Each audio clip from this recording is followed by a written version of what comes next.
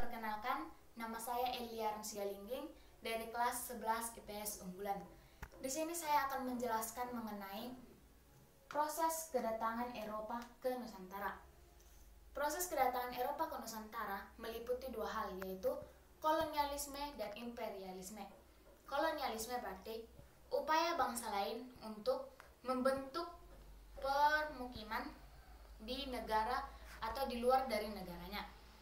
Sedangkan imperialisme berarti upaya bangsa lain untuk membangun pemerintahan di dalam negara jajahannya. Imperialisme dibagi dua, yaitu imperialisme kuno dan imperialisme modern. Imperialisme kuno yaitu sebelum revolusi industri, yaitu dipropoli oleh bangsa Spanyol dan Portugis. Bangsa Spanyol dan Portugis memiliki tujuan, yaitu gold, glory, dan gospel. Sedangkan imperialisme modern yaitu setelah revolusi industri yang dipelopori oleh Inggris. Kemudian saya akan membahas negara-negara dari Eropa yang menjajah Indonesia. Yang pertama adalah Portugis, yaitu pada tahun 1512. Yang kedua adalah Spanyol pada tahun 1521. Yang ketiga adalah Belanda pertama, yaitu pada tahun 1906. Dan juga yang keempat adalah bangsa Inggris, yaitu pada tahun 1811. Yang kelima adalah Belanda kedua, yaitu pada tahun 1817. Kemudian saya akan membahas latar belakang kedatangan bangsa Eropa ke dunia timur. Yang pertama meliputi faktor politik, yaitu dengan direbutnya Konstantinopel oleh Turki Utsmani, sehingga perdagangan-perdagangan yang ada di Eropa menjadi ditutup dan naiknya harga-harga rempah-rempah yang ada di Eropa, sehingga bangsa Eropa mencari sumber rempah-rempah. Dan juga yang kedua yaitu faktor ekonomi. Faktor ekonomi berarti meliputi bangsa Eropa sangat membutuhkan rempah-rempah sebagai bahan pengawet makanan dan sebagai bumbu masakan dan juga sebagai bahan-bahan lainnya. Sehingga ketika bangsa Eropa mencari atau menemukan sumber rempah-rempah, maka mereka akan mendapatkan keuntungan yang sangat besar. Yang ketiga adalah faktor kebudayaan. Faktor kebudayaan yaitu bangsa Eropa pada zaman ke-14 menemukan atau melahirkan peneliti-penelitian yang berupa pertama adalah Kopernikus. Kopernikus mengatakan bahwa bumi itu bulat dan matahari sebagai pusat tata surya. Dan yang kedua adalah Galileo Galilei, yaitu yang menemukan teleskop, mikroskop, ya, dan mereka juga mempelajari gugusan Bima Sakti. Dan yang ketiga yaitu penemuan kompas, yaitu perjalanan Marco Polo yang dituliskan di Imago Mande. Dan juga faktor idealisme, terdapatnya semangat triji, yaitu gold, glory, dan gospel. Berarti memburu keuntungan dan kekayaan dengan cara mencari emas, perak, atau mengumpulkan bahan tambang-tambang yang harganya mahal.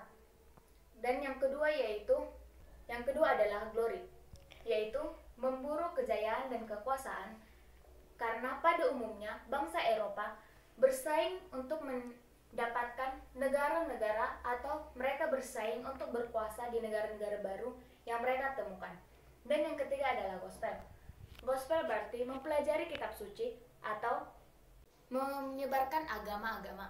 Umumnya mereka mencari Pastor John yang dikenal atau diyakini sebagai raja orang Kristen yang berkuasa di timur. Oke, saya akan membahas latar belakang atau perjalanan bangsa Eropa menuju Nusantara. Yang pertama adalah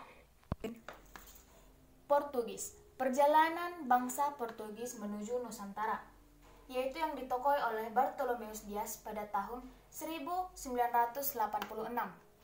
Yaitu Bartolomeus bertolak belakang dari Liboson, menyusuri pantai barat Afrika sampai ke ujung selatan benua Afrika, yang kemudian diberi nama Tanjung Harapan.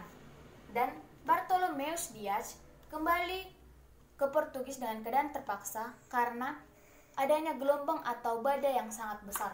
Yang kedua yaitu kedatangan Vasco da Gama pada tahun 1498. yaitu Vasco da Gama bertolak dari Libosom yang ada di Portugis, kemudian berangkat atau menyusuri ke arah selatan dan menyusuri pantai barat Afrika sampai di ujung selatan benua Afrika, kemudian melanjut perjalanannya ke India. Adalah Alfonso.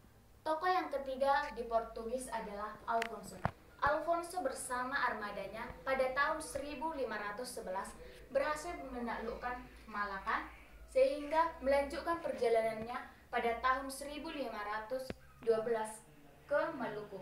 Dari Malaka melanjutkan perjalanannya ke Maluku pada tahun 1512 dan bersahabat dengan Ternate.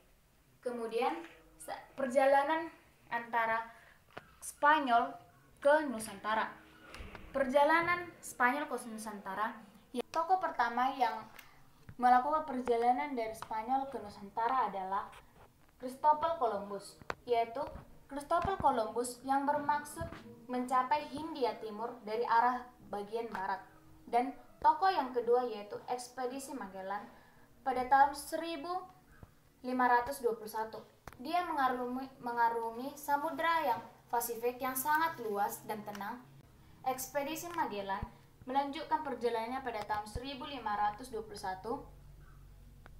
hingga ke Pulauan Maluku dan pulang ke Spanyol, kembali ke Spanyol melewati Tanjung Harapan. Dan yang ketiga yaitu perjalanan bangsa Inggris menuju ke Nusantara. Perjalanan bangsa Inggris menuju ke Nusantara yaitu pada tahun 1600, pemerintah memberikan tanggung jawab atau memberikan hak yang khusus kepada bangsa Inggris untuk memegang perdagangan atau memegang rempah-rempah untuk mereka pegang dan tanggung jawabi. Kemudian perjalanan bangsa Belanda yaitu pada tahun 1568 sampai 1648. Bangsa Belanda tidak diizinkan oleh orang Spanyol untuk mendapatkan rempah-rempah yang ada di Libosom karena meletusnya peperangan yang terjadi selama 80 tahun yaitu pada tahun 1568 di Belanda sampai 1648 bersama Spanyol. Kemudian dari semua penjelasan tentang proses kedatangan Eropa ke Nusantara yaitu dapat kita simpulkan bahwa bangsa Eropa dan Portugis adalah luput jalan menuju daerah yang berkuasa atas rempah-rempah yang ada di Libosom. Sekian hasil dari presentasi saya. Sekian dan terima kasih.